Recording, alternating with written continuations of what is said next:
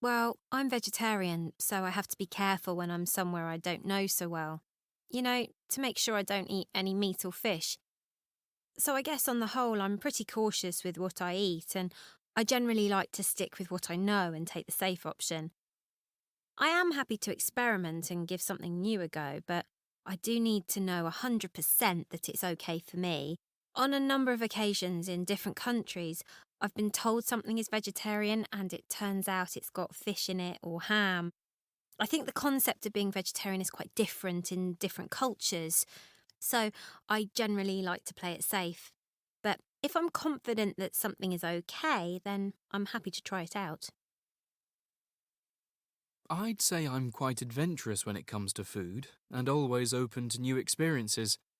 I love tasting new food that I've never had before.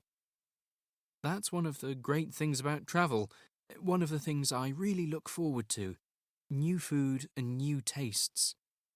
I suppose I'm generally happy to try anything, though I might draw the line at some of the more extreme things, like some of the things they eat in some parts of the world, like dog or brain. I've been to a few countries, and I've seen, what to me at least, are some pretty grim things in markets. But, as I said, it's considered quite normal there. I think I'm really quite conservative when it comes to food. I think people of my generation are.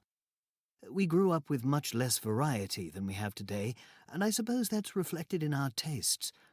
I suppose I'm quite traditional in my tastes. I generally like to take the safe option, something I know, like meat and two veg. That's a proper meal to me.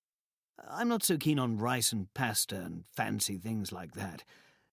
We just didn't have it when I was younger.